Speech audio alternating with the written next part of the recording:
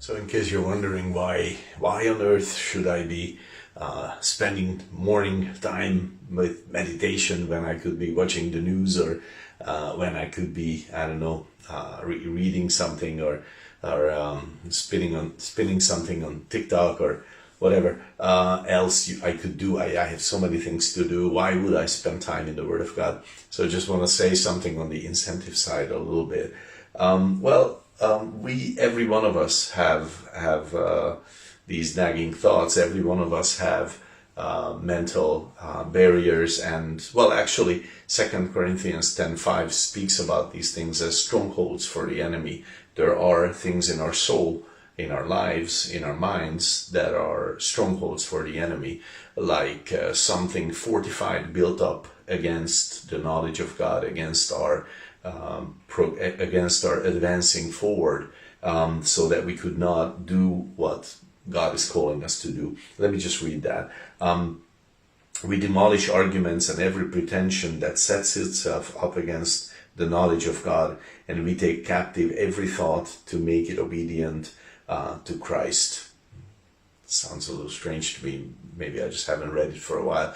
But that verse, it speaks about destroying, that there are strongholds in our hearts and lives and souls that need to come down in order for us to proceed forward with Christ and to be able to move forward in life.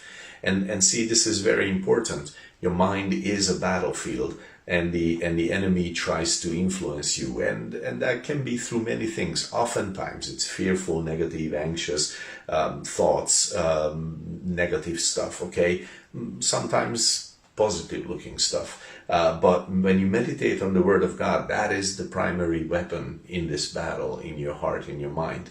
When a thought comes that is contrary to the truth of who we are in Him, then you can actually fight that if you have had meditation, if you had the Word of God touch your heart and speak to your heart and change your heart and be written in your heart. Like the finished work, it just destroys every lie that is against our standing with God. But so many other things, when you feel condemned, then you have a Romans 8:1 to answer. When you feel inadequate, then you have a 2 Corinthians 3:5 to answer. When you are feeling ashamed, then you have a 2 Corinthians 4:2 to answer, and so on and so forth. It's like there are people who are very disciplined and amazing mindset.